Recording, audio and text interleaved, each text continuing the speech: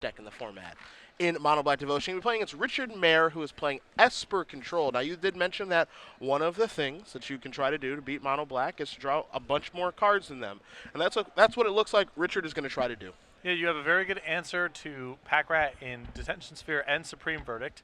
The trouble cards are, of course, the discard, Underworld Connections, and Mutavault. So those are the things that Richard is going to have to try to battle to win this matchup. Now, taking a look at Sharpen's deck list, it's going to look real familiar as he's going to come across with Mutavault for 2 because it is Owen Turtenwald's 75 from last weekend. And if you're going to copy somebody and copy someone's Mono Black deck list, might as well be Owen. Certainly has a pedigree at this point, both the archetype and the pilot. So we've got some Scrylands here from Mare. He's got 2 Tempo to Seeds and a Tempo Silence. So his deck is doing what it does, manipulating the draw step, all those good things, getting the mana online, getting ready to move into the mid, and hopefully for Mare, the late game. Sharfman going to try to avoid going super late. He can go toe-to-toe, and that's one way to do it with an Underworld Connections on turn 3.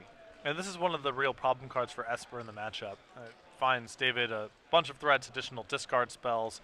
His life total doesn't matter very much in the way that the games play out, and so a resolved Underworld Connections there, although Richard does have a Detention Sphere for it, is potentially very problematic for Richard. Now, he does have the D-Sphere. What he doesn't have is a 4th land. Now, getting the connections taken care of is super, super important.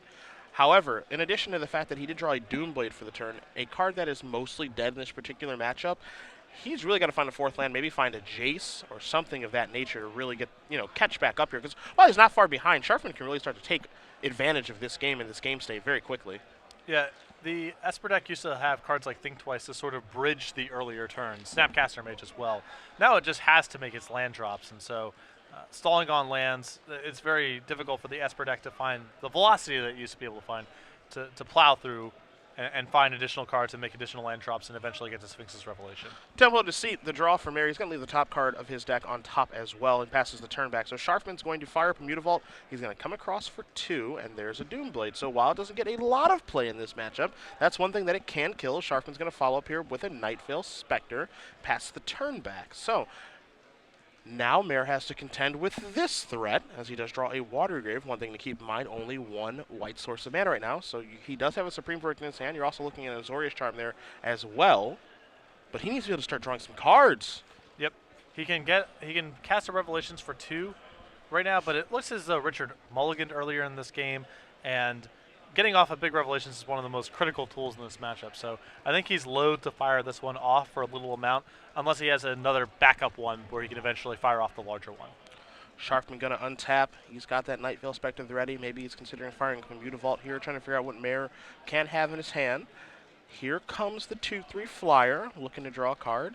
Mare says no, put that on top of your deck via Azorius Charm. So let's see what Sharfman wants to do in his second main phase. The answer is a Pack Rat with enough mana for an activation available. As Mare's going to untap, he'll take a draw. We'll see what he can find.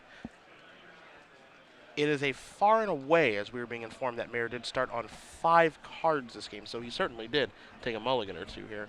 Far and away, a really good draw here for Richard. If Sharfman goes and makes a rat at the end of the turn, he can fuse far and away and get both the token and the original rat off the table. A lot of the times we talk here in the booth how, there are just a lot of really, really powerful cards in Standard that just aren't seeing a lot of play. I think Far and Away certainly fills that definition. You can't argue the power level of that card. However, it just hasn't really found a home yet, and you're going to see Far and Away get fused here. Go ahead and bounce the token and make Sharfman sacrifice the rat. So good, really good use of Far and Away dealing with that problem. Yeah, Far and Away was a critical player at the Block Constructed Pro Tour, since there were so many token decks. That's not really the thing in Standard, so Far and Away a little bit less efficient, but you see here both take down a Pack Rat and a Pack Rat token. Sharpman going to come in for 2 with the Mutavault, and now Nightveil Spectre again off the top of the deck because of Azorius Charm going to come into play. So the threat is present yet again for Mare. He draws an Azorius Charm, so he might play the same song and dance again in a moment. But again, he just needs to find some cards. He does have that Revelation in his hand. He can cast it for 2, but we all know that Revelation for 2 is not very exciting from the Esper deck. And you see, Richard started off rough with the mulligan to 5 here, but Sharpen hasn't really found any of his powerful tools in the matchup yet. His Underworld Connections was dealt with before he got to draw any cards. He hasn't found the Thoughtseize yet. And David's power in play is actually fairly anemic. He's really leaning on those cards specifically to give him an edge in this matchup. Richard can kind of fend off this sort of pressure for a long time, set up a Rev, start to get a Planeswalker going. He can fend this off. So For as bad as the start was with his mulligan 5, Richard's actually in reasonable shape to make some progress in this game. Into the red zone will a Mutavault and Nightveil Spectre go. You see Mare again staring at that Azorius Charm. What to target? Anything. Does he just cycle it? Does he even care? Certainly a decision to be made at this point. And you can really see, I know one of the things that you talk about a lot in Standard is how Mutavault is one of the best cards in the format. You can kind of see why, because it's been keeping the pressure on the entire game here of just, slowly but surely whittling away at Mare's life total. And presenting a problem here because he has to make a decision on if he wants to take 2 damage, does he want to kill that, all the good stuff that goes along with the Mutavault. Yeah, and it's immune, of course, to Richard's primary removal spell for creatures, which is Supreme Verdict. Detention Sphere as well. Sharfman fumbles his hand a little bit there, but does have a Swamp, also has a Gray Merchant. And we know he's got a Nightveil Spectre because he just drew it again. So, looks like he's going to fire at Mutavault, get into the red zone, sensing a little bit of weakness, thinking it's safe. The answer is that it is. Mare's going to go down to 10. Sharpen going to play the land, play the Spectre again. So same song and dance. And now there's a Dissolve to take care of the Spectre. So pretty important counterspell there as Mare's going to take a look at the top cards of his deck. And we'll see if he's going to leave it on top or ship it to the bottom. It looks like he's going to leave it on top. If I'm Richard and I have Blood Baron's excellent too. I was going to say an untapped land would be awesome to set up a Revelations for 3. This is far better. Yeah. Blood Baron right off the top from the Scharfman Dissolve. Now, Sharpen's decklist, of course, does have Devour Flesh, 4 of them, in fact. So we'll see how much he actually cares about this Blood Baron at this point. I think that we would have seen that Devour Flesh right away if Sharfman had it. Here's 5 mana. There's a Gray Merchant. That's only going to be for 2. So Sharpen's going to move to 22. Mare's going to move down to 8. But the problem card right now is in play, and now Mare might have the opportunity to actually steal this one. Yeah, this is a huge swing here for Richard if this Blood Baron's able to stick. Remember, Richard also has Revelations in his hand, so now he has the luxury of gaining some life, giving himself a cushion, allowing him to make some land drops and potentially fire off a large Revelations as well. Just to regale the Shrine for the turn. That's going to come to play on tap. Now he's representing a Revelation for 3. Going to pass the turn back. Other card in his hand is the Supreme Verdict as we go back Sharpen's way. He draws a Swamp. He has another Swamp in his hand. The other card that you might be asking what's in his hand, it's a Pharika's Cure. A 2 of in the main deck as Sharpen's going to come across for 4. Going to knock Mare down to 6, but there's a Rev for 3. So Mare's going to go up to 9, but more importantly, you're going to draw 3 fresh ones. Yeah, this Blood Baron in play is a disaster for Sharfman, and it's going to give Richard all the time in the world he needs to play his larger threats, get his Planeswalkers online. If Sharfman doesn't find a Devour Flesh very soon, he's going to be buried by this Blood Baron. Mare drew a couple cards there. You see an island added to his hand, but the most important card that was drawn was a Jace Architect of Thought. Now, how he wants to use the Planeswalker, that's a different conversation entirely, but at least he's found some action. Yes. And we talked about at the top one, Mono Black, I think everyone has come to the conclusion that this is the best deck in the format. Jace is going to hit the table here, and we'll see how he wants to use that. Mono Black being one of the best decks in the format. Not saying that Blood Baron is the end-all, be-all against it, because Mono Black lists nowadays do have 4 Devour Flesh throughout their 75. Turtenwald plays 2 in his main.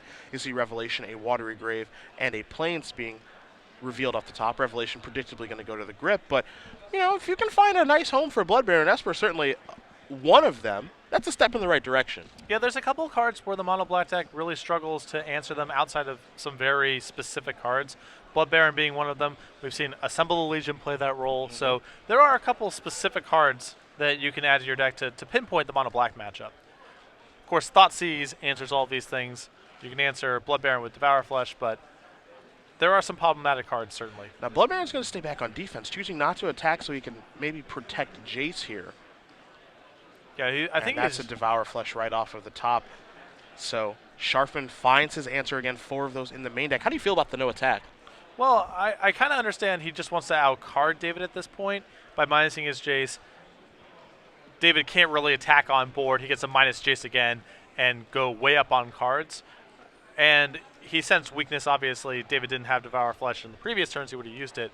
So I don't think that play is necessarily that bad if he wants to just minus Jace a second time, but clearly he got punished for it with Sharpen ripping that Devour Flesh. And again, 4 of those throughout the main deck of the Mono Black deck.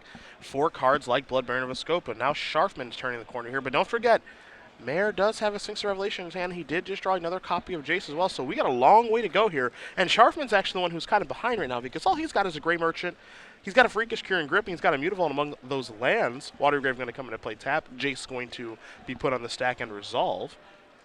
Going to tick on up and pass the turn back, but Mare on his mulligan of 5, he's actually the one who's turning things around here.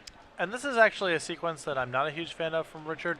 There's a very reasonable chance that Hero's downfall could be in Sharfman's hand the way the game's played out here. Okay. And he's really risking Sharfman also drawing a Thoughtseize this turn, because if Richard loses his Revelation, then he's suddenly in trouble. I think in that turn I would have just played an untapped land, said go, and fired off another big Revelation instead of adding Jace to the board. But it appears as though Sharfman didn't draw anything to punish him for it, neither Hero's Downfall nor Thoughtseize, and so now Richard has really advanced his board. Yeah, the draw step there for Sharpen was a Desecration Demon, and after making some attacks, he just does pass the turn back. So now he's trying to close out this game pretty quickly. No sense in attacking Jace, of course. Won't really be getting anything done, especially when he knows that his opponent has a Revelation in his hand. So Mare's going to take a draw step. He finds a Detention Sphere. Not a bad draw. Can take care of the 6/6 Demon if he'd like to. We'll see how he wants to use Jace on this particular turn, and if he actually wants to just set up for a large Revelation as well. Yep. I mean, I wouldn't be surprised to see us, minus Jace at this point. David's shown that he's not really interested in attacking it. Jace at 3 loyalty still requires 2 attackers or Desecration Demon to go after, so I like the minus here. The minus is going to turn over 3 lands. It's 2 Hallowed Fountains and a copy of Temple of Silence. You see the Scry land going to be put by itself. Keep one thing in mind as well. Mare did play a land before Jacing there, so maybe a small misstep there. But at the end of the day, Jace did turn over 3 lands, so not that big of a deal. He's going to tap a little bit of mana here. Looks like he might be firing off the old Detention Sphere. Maybe not. This is going to be okay, so he's going to clean up with the Verdict that he's been holding for a very, very long time. A little 2-for-1 action. Just a Mutavault left there for Sharfman. Jace has already been used, and now Mare's happy to pass the turn back. Sharfman's going to take a draw step. He's going to fire at Mutavault. We'll see where it's going. It's going towards Jace. Jace's going to go down to 1.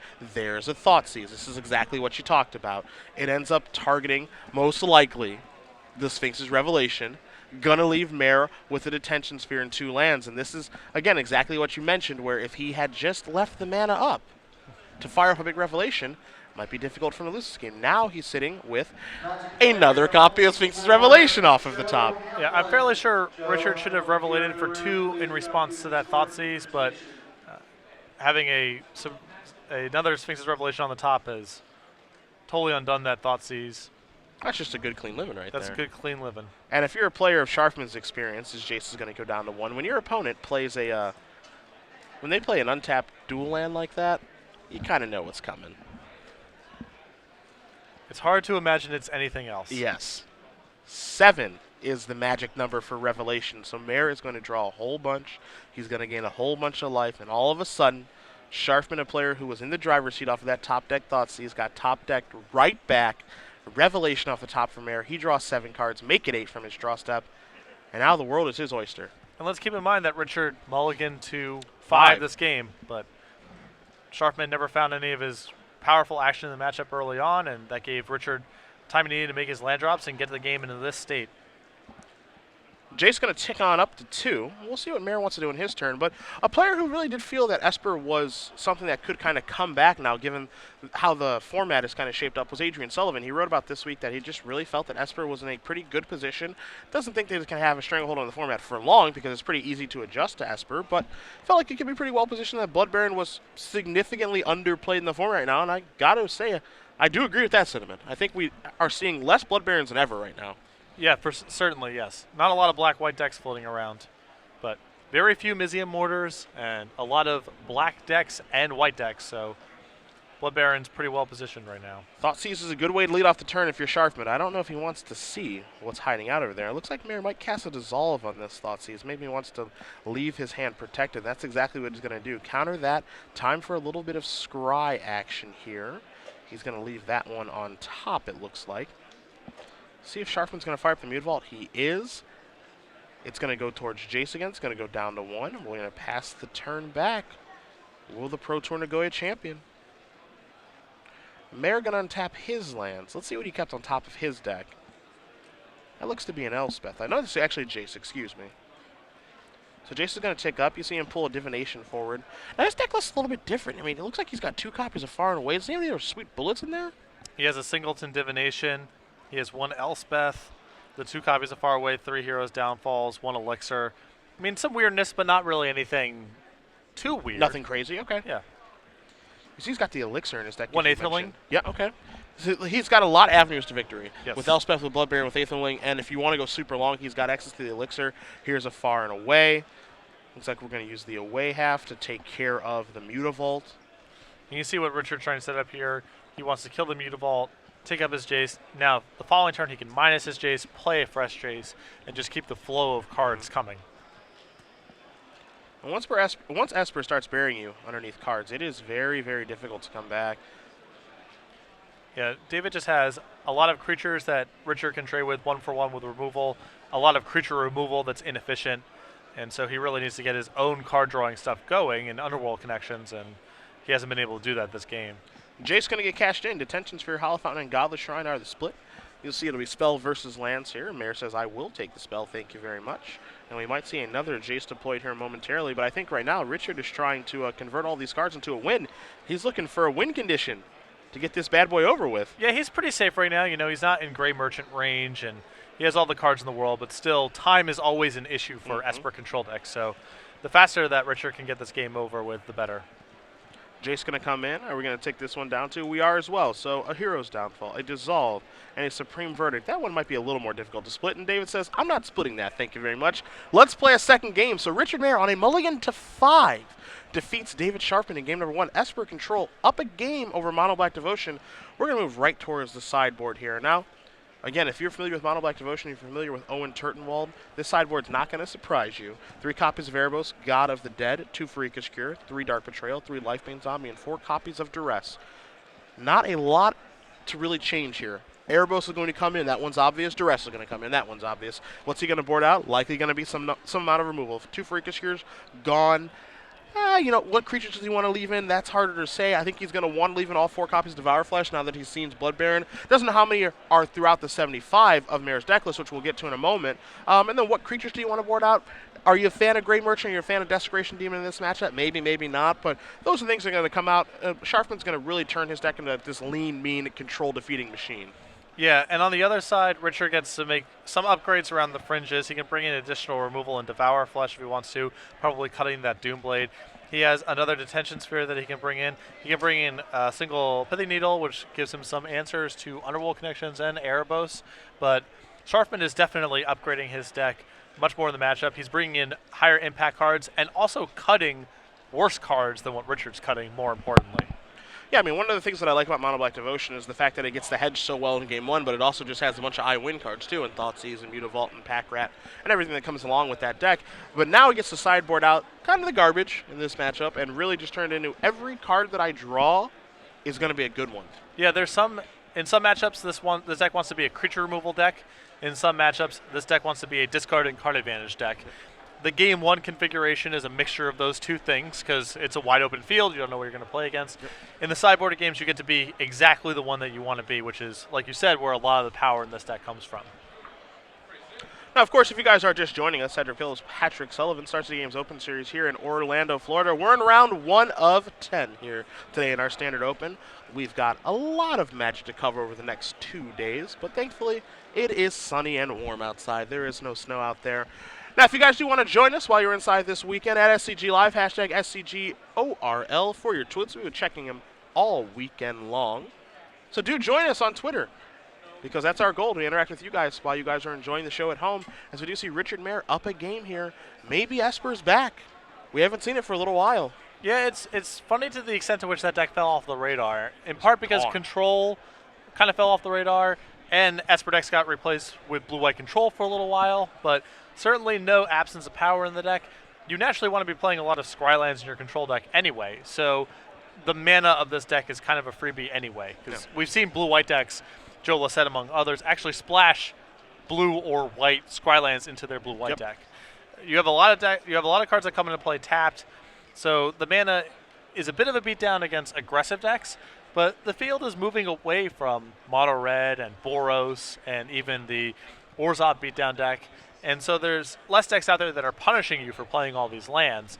And the power level of the spells in the deck definitely can't be denied. Esper has nothing but hits. Yes. So if decks aren't punishing you for the way the mana base is constructed, then I think Esper Control is a very reasonable choice. Yeah, I mean, one thing we don't see nowadays, what people, you know, how they went towards beating Esper is they just played some very, very aggressive mono red decks, and Esper really couldn't keep up with that. But This isn't Magic Online. This is real-life Magic. You see less mono-red at tournaments like this, and as a result, it actually makes Esper seem like a pretty appealing choice. Yeah, there's a lot of people who play Magic Online, and they just build the cheapest constructed deck. It's the same reason you see a lot of Soul Sisters in Modern. Yep. It's just the cheapest thing to build.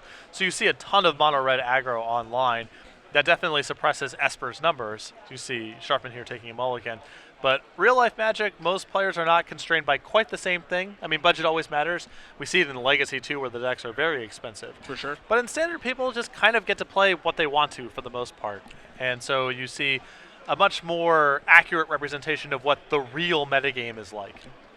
Mayor's going to keep his 7, as you did mention. Sharpen's going to go down to at least 6 cards here. Again, this is kind of the the Boogeyman versus a deck trying to beat the Boogeyman. Mono Black Devotion. We saw it win last week in the hands of Owen Turtenwald. We see a Pro Tour champion here in David Sharpen opting for the Boogeyman here in Mono Black. And again, we're going to find out exactly how people kind of warp their decks. One of the things I'm going to look for is just kind of the configurations of main decks and sideboards as we do our feature matches here. What kind of hate are people going to have against Mono Black? Are they tailoring their deck to try to beat this strategy? As Sharpen's going to keep, he's going to play a Swamp, and we're underway in game number 2 here in Orlando. So discard and card advantage. Those are Sharpen's path for this matchup. His deck has a lot more of both of the post-board games. We'll see if he can get any of it going. The Temple of Silence, Scry going to stay on top from air, pass the turn back. Sharpen going to just play a Swamp and pass it back his way. And this is a matchup where having a turn 2 pack rat is not all that important. Certainly a threat that Mayor will have to deal with, but it's not the end-all be-all. He's going to play an untapped Hollow Fountain, move down to 18, and pass the turn back to Sharfman. Sharfman does draw a pack rat, and he's going to establish a Knifeville Spectre. Between Supreme Verdict and Detention Sphere, Esper and Blue-White are about as well equipped to fight against pack rat as any deck reasonably can be. So Mayor, looking at it far and away, also has a Hero's Downfall, doesn't care all that much about the Spectre. Not a ton of overlapping parts. Going to play a Plains, and he's going to cast away. So the Spectre will be sacrificed past the turn back. Sharpen going to take a draw. Draws another copy of Pack Rat. There's a Pack Rat. No 4th land for the Mono Black Devotion player, as Mayor will take a draw. He finds a Sphinx's Revelation. Now, we're a little ways away from that. He does have a Water Grave there as well. You also see a Pithing Needle in his hand. Yeah, bringing in the Singleton to try to shut down some of Sharpen's card drawing. Potentially Mutavault, another card he wants to answer. Needle has a lot of uses in this matchup. Really, really good card. And it's, I think it's impossible for Sharpen to actually get off of the board, too. Correct. Some Mono Black decks have some number of copies of Ratchet Bomb somewhere, but certainly not in Owen's list. No. And even if he had it, probably would not be bringing it against Esper Control. So you see Mayor does have at least 1 land in his hand in Water Grave. Now he's trying to figure out, all right, how much do I care about Pack Rat? What does this do? All of the things that are associated with that. And he says, Judge, I've got a question to ask really quick, so let's step away from the table. We'll find out what he's asking, hopefully, from the judge there. But as you see, Sharfman in a little bit of trouble right now. Just has a Pack Rat, doesn't have a 4th land, but most importantly, doesn't have a card drawing engine. No connections, or I don't think he has an Erebos in his hand, so... Yeah, it's really hard for the Mono Black deck to win this matchup if they're just casting creatures with some removal spells in their hand.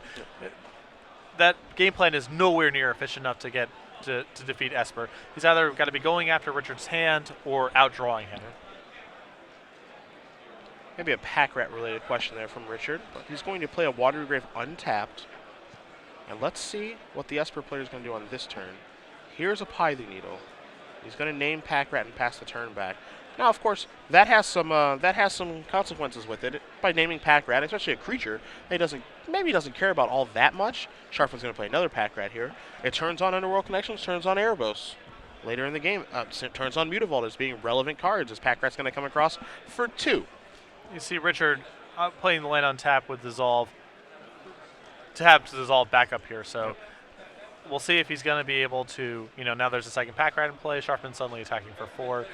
Richard definitely seems committed to wanting to leave Dissolve up, so we'll see if he's able to weather the storm of this attack, make his land drops, and then eventually be able to take care of the Pack Rats with something like Detention Sphere while still leaving Dissolve up the whole way. Yeah, I wonder how long he wants to leave Dissolve up. That's the big question. The answer is not that long. So now here's a Jace. Jace is going to tick up. And Sharpen, if you're Sharpen, because he does have an Erebos in his hand, you want to draw that 4th land, and he's not able to draw it. All he can do is add another copy of Pack Rat to the board. And he's going to go attacking Jace here for 6. However, because of the activation, it's actually going to be for 4. Going to put Jace down to 1. That was a big spot there for David to draw a 4th land. If he could have stuck Erebos on that board, that would have been a big swing in the game. But he's going to get another shot at it, I think. Yep. Because I think that Mirror might have to cash in Supreme Verdict that's in his hand right now to clear off all these Pack Rats. Jace can take up then, and then you've got the opportunity to try to land Erebos. But he's really got to hit the 4th land next turn. Yeah, another path that Richard can take here is to play his land untapped and just try to use Sphinx's Revelation for 3 to weather the storm of this turn, and then Wrath with Dissolve backup the following turn. But a Thoughtseize is the draw here for Sharpen. So even though it's not a land, it is a castable spell, and it's a good one. That's a great draw. Richard's trying to set up the sequence, of course, through spells in his hand, and now Sharfman can really do some damage to the game plan Richard was trying to set up here. Now, the big question I was going to ask is, do you lead with Thoughtseize or do you play it after combat? When's the best time to cast this? Negate says counter that, so it's not going to matter a ton. And now how does Pack Rat want to do things here? I would assume we want to finish off Jace here because allowing Richard to look at 3 more cards is such a risk. Sharpen now has to decide if he wants to send multiple attackers at Jace in case Richard has an Azorius Charm or a removal spell. So David, of course, wants to keep pressuring Richard's life total. Time is not on David's side here, but there is a risk in sending too much at Jace and then allowing Richard to make additional land drops, eventually get to Sphinx's Revelation. So where are we going to go with these rats? That's the question. As one removal spell really does blow it up, looks like they're all going to go towards Jace. We'll get confirmation on where those rats are going, and it does look like Jace. I'm just going to pass the turn back. Now is Mare going to cash in a removal spell here? You see he's got that Hero's Downfall that he's thumbing. Kind of wants to use it. Can it get any better than it is right now is the question. Yeah, I think that he really wants to use it here. I like that play from Richard. He needs to try to resolve Sphinx's Revelation on the most stable board he possibly can. Untapped land and also an excellent draw to set up a Revelations. Well, the 4th land was found, unfortunately for Sharfman. It's one that comes into play tapped. An attack here for 4 from Sharfman. Going to put Mare down to 8. Temple of Deceit is the land that he drew. We'll take a look at the top cards of his deck. Now, he's not out of this by any means, but when you're facing down a Revelation, you know that one is coming. It's going to be for 4. Going to undo the damage that Pack Rat did. Going to put Mare back up to 12, but more importantly, going to draw him 4 new cards. Yeah, and depending on how many counter spells Richard sideboarded in this matchup, things could get very difficult for David very quickly. If Richard can sweep up these Pack Rats with a Detention Sphere, multiple removal spells, or Supreme Verdict, he might be able to just keep cards like Erebos off the table. It looks like one of the cards that Mare did find among that Sphinx Revelation is a Blood Baron of Escopa. So things are going to start to get a little bit difficult now for Sharfman. Now, if he does have a Devour Flesh, he's certainly sitting okay, but as we saw in the first game, he didn't have one right away. Yeah, I'm curious to see exactly how much removal Sharpen left in. There's an argument for some number of Heroes Downfalls because of all the Planeswalkers in Richard's deck. There's an argument for the Devour Flushes because of the Blood Barons, as you just mentioned. But it's very easy for David to just have too much removal in his deck as well. Yeah. He might have to shave out some of those copies. Supreme Verdict, 2 for 1. Clear up those rats. 3 mana available. Does he have a Dissolve in his hand? That's a big question. Sharfman draws. How does the Pro Tour Nagoya champion want to navigate? That Erebos is a little late to the party now. There's a Mutavault. And there is Erebos. So that's going to be placed on the stack with a question mark. It's going to resolve past the turn back. Now, that's certainly a pretty good draw here. And that resolving because Bloodbear's not going to be able to gain any life. Yep. So he's going to be stuck at 12 for a little while, Will Mare, which is a step in the right direction here for Sharfman. Now, that Erebos has got a long way to go to being live, and, you know, got to draw a lot of cards. But Sharfman's sitting at 20, and if there's one card that can actually catch him up in this game, if it wasn't going to be Connections, it could be Erebos. Yeah, his light total is not under any pressure, really, in the matchup, and so he has a lot of light to play with. Of course, his mana is somewhat taxed. He's been missing land drops, and he's getting to the point where Richard's going to start to deploy cards like Elspeth, perhaps, and other Revelations, but Erebos is still reasonably powerful here. What Richard does have this turn is he has a Nightveil Spectre and a Blood Baron. That Nightveil Spectre is super important because it kind of blows up Sharfman's plan of Devour Flesh, which he does have in his hand. You see he's got another copy of Erebos. He drew a Duress for the turn. Does have a Devour Flesh and doesn't look like he has another removal spell. So now he's trying to wonder, now he's kind of wondering, excuse me, all right, how do I get myself out of this situation? Yeah, and this is actually a healthy amount of pressure that Richard's also added to play. So Sharpen, you know, as much as we were saying, well, he can just Erebos and Underworld Connections as much as he wants to, that Blood Baron sticks in play. I mean, Sharpen doesn't have that much time left. Duress going to take a Revelation. So there's a sigh of relief, knowing your opponent has nothing but what's on the board. Can't control the top of the deck, of course, but now he's got to get these creatures off the battlefield. And no shortage of powerful cards for Richard to draw as well. Erebos going to drain a little bit, but going to give Sharfman a card. Hero's Downfall is the draw.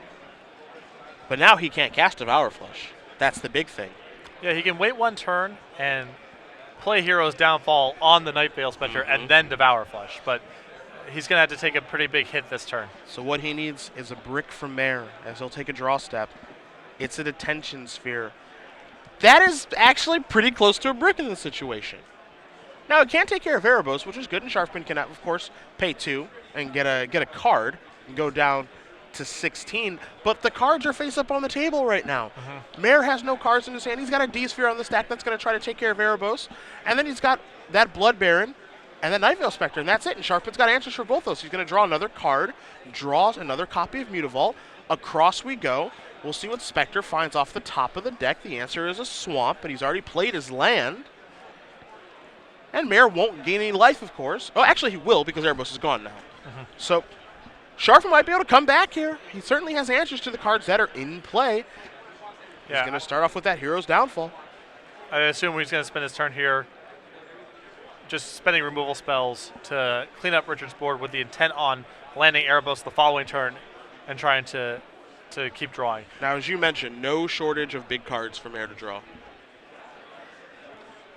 His Planeswalkers are very powerful here. Also keep in mind that Sharfman has 2 copies of Mutavault in play as well, so we can really start pressuring Richard's life total as well. Sharfman draws an Underworld Connections for the turn, but if you're Sharfman, now you kind of want to accelerate. You want to try to close the door now. Find a series of plays that really makes things difficult on Mare's top decks, as Erebos is going to be where Sharfman does start. Okay, he is really good at that. Yeah, that was a good draw. He is really good at drawing 6 Revelation when he's out of cards. He did it last game. He does it this one too. 7 fresh ones coming for Richard Mare. And I was about to say, David now has to find this balancing act of applying enough pressure and drawing enough cards. Yes. But now there's a different problem now, which is Richard has a full hand, a ton of resources to work with, and David also is at 10, so something like Elspeth or an Aetherling or what have you can actually kill David fairly quickly from this spot. Well, you know what they say. You play the cards in your deck so you can draw them. Yes. That's why you play them. I'm just going to make a quick check here. Yep, 4 copies of Sphinx Oh, Revelation. shockaroo. He did what he could. Yeah. So after the Revelation and the draw step, Mare is looking at 8 cards in his hand. See how he wants to navigate this turn. See what he found with that Revelation. He's kind of overseeing Sharfman's board here. Again, Detention Sphere hanging out along with an Erebos. That can go live soon as the Scry is going to stay on top. Looks like we're going to see a D-Sphere. See what the target of choice will be. It will be Erebos. Again, Sharpen does sideboard in 3 of those. It looks like it might be time for an Architect of Thought as well, and it is. This And was that's a gonna tick fairly up. this was a fairly good turn for Richard. I'm inclined to agree, my friend. As Sharpen's going to untap his few lands, 2 Mutavolts among them, does draw a Swamp for the turn. Does have a Gray Merchant, but that Gray Merchant's a long way away. Things were looking so good for David not that long ago. We were only As a a turn ago, yeah. We were thinking, okay, he might be able to turn the corner. He's just got to fade. Oops, a Revelation. Going to draw a card with Underworld Connections. Draws a Swamp. Hand right now, Swamp, Gray Merchant of Asphodel. We'll see if Mutavaults are feeling a little frisky or if Gray Merchant wants to come on down. Mutavault attacking doesn't seem all that appealing when your opponent does have open mana. And, of course, Jace is ticked up here, so Gray Merchant will come down. It will attempt to drain for 4, but we could see a removal spell in response, or maybe a counter spell. But it will drain for 4, 2 from the Gray Merchant, 2 from the Connections.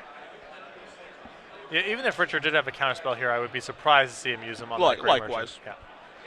And now Mutavault going to come into Jace, going to knock it down to 4. Sharfman does use all of his mana, so that's a step in the right direction and passes the turn back. But Mare's going to untap all of his. He's going to take a draw step for the turn, and he has an active Jace to work with in his first main phase. Draws a far and away, pretty good draw. And there's so many high-impact cards in Richard's deck at this point. He's got no shortage of removal, counterspells, additional card drawing, planeswalkers, just everything that isn't a land is really bad for David. Start by Jason going down. And there's a hollow fountain, a watery grave, a mystery card that's off our screen right now. We'll try to find out what it is in a moment. It's a Temple of Deceit. So 3 lands turned over. You said it's got to be lands. Mm-hmm. But Richard picked up a far and away in his last draw step. I mean, it's just so many. Scry going to stay on top there from the Temple. You can see another Jace. You did mention the far and away. It's going to make attacking real tough. There's also a negate hanging out over there. I think another copy of Sphinx's Revelation also in the grip. Kind of make me want to play Esper again. I mean, once we get to this stage of the game, this deck looks really attractive. Yeah. I had that phase where I thought it was a good idea to play that deck. It was actually a lot of fun. You see a way is going to take care of the Gray Merchant. Once you rev, I mean, that's it's tough to go back. Yeah. It is. Have you ever rev before? In playtesting, I have. Okay. Never in a tournament. You got to try it once in a tournament setting. It feels pretty good. I like to see how they live on the other side of the tracks every now and again. Yeah, you know? it feels pretty good here. Connections activation. Looks like he's drawn multiple swamps for his turn and from Connections. So now Mutavault's going to fire up. Those are going to get in the red zone. They're going somewhere. Probably towards Jace, which is where they're going. Jace is going to bite the dust, not overvaluing that, especially when he has another one in his hand. Sharpen plays a swamp, kicks it back to Mare, who again does have a Revelation, does have a backup Jace, has a negate in his hand. Looks like he might cash in this Revelation for 5. I'm not sure if he needs to do that right now. I think he can wait, maybe be a little more patient. Yeah, this is one of those weird stages of the game where the Esper deck is it worth drawing 5 here, or should I wait to draw 10?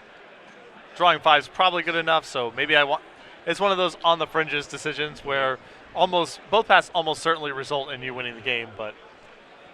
And he says, shrugs his shoulders, says, all right, how about for 5? So up to 28, but more importantly, 5 cards coming for the Esper player. Sharfman with just lands in his hand, has Underworld Connections, but it can't keep up with that Mythic. Gonna untap all those lands, take a draw step, and we'll see what Mare has found. After all of these cards, you do see a Sphinx Revelation at home. Still good. Still good. Still good. It puts very specific pressures on the format. It says you have to win the game in this time frame, or the control deck will beat you kind of no matter what. Yes. So he's got a Blood Bear in his hand, does Mare, among other things. Jace is going to tick up, make those Mutavaults a little less potent. There's a Temple of Deceit. Take a look at the top card. That's going to go to the bottom for Mare. See a handful of Detention Spheres. He's got some Verdicts hanging out. Does have that Blood Bear that I did mention. Also has a negate to protect around a Devour Flesh. Yeah, so I think he's debating whether or not he just wants to say, all right, I'm going to Detention Spheres, card drawer, and play Blood Baron, or just sit on negate. But he has so many cards in his hand, it's kind of attractive to add to the board. Because he's going to end up discarding otherwise. Mm-hmm. Well, there's your 5 mana, so that's going to answer the question right now. Blood Baron Viscopa is coming down. Mare's going to pass the turn back. So Sharfman's going to untap. He'll take a draw. It's a swamp. He's going to pay 1. Time for another draw. It's a Temple of Deceit. Time for a little scry action. Top card, is it appealing? And we reached the stage of the game where additional discard spells don't even matter for Sharpen. Yeah, that's the big problem. I mean, the Thoughtseizes and Duresses that he has at their sideboard, 4 of each, they're supposed to be very potent weapons to make sure that we never get to this point in the game, but his draw just didn't really come together that way. Well, it has to be packed up by card drawing for that plan to be really powerful. Duresses and Thoughtseizes can be good against Esper anyway, because often they only have the one Supreme Verdict or the one Revelations or what have you. You can tear apart some of their draws that way, but the discard plan really needs to be backed up by either a lot of pressure, which the mono black deck can't really do, or by one of their card drawers, which took Sharpen too long to find. And now we're in this stage of the game where Richard's life total has gone up above 30. Blood Baron into the red zone. Jace's going to tick on up, and Richard is more than happy to pass the turn back. Did also Detention Sphere the Underworld Connection. Sharfman going to show him 4 swamps and extend the ham. Richard Mare with Esper Control is going to defeat Pro Tour Nagoya champion David Sharpen 2-0, in which the first one, Mulligan to 5, was able to come back, but in that second one, looked dominant. And that was a pretty fast win for Esper, time-wise. Yeah, this is true. It usually takes quite a bit longer than that. In fairness, Sharfman conceded both games when the writing was on the wall, but still, pretty crisp pace of play from Richard as well, and defeats the Menace in round 1 in the hands of a Pro Tour champion. Look comfortable. Yes. Look comfortable in the matchup. Now, one thing that, when we saw Brian Braun win Grand Prix Louisville with Mono Black, Brad Nelson, Todd Anderson, both top 8 in that tournament as well. Coming out of that tournament, a lot of people felt that, my Esper matchup is quite good. I can just pound him with card advantage and discard, and, how are they supposed to overcome those things? And Esper kind of adjusted. They said, well, I'll start some Blood Barons, and I've got access to Pie Needle to shut down your draw engines. And, I think I can go toe-to-toe with you on cards, and you've got nothing that can go toe-to-toe with Revelation. Yeah, I spoke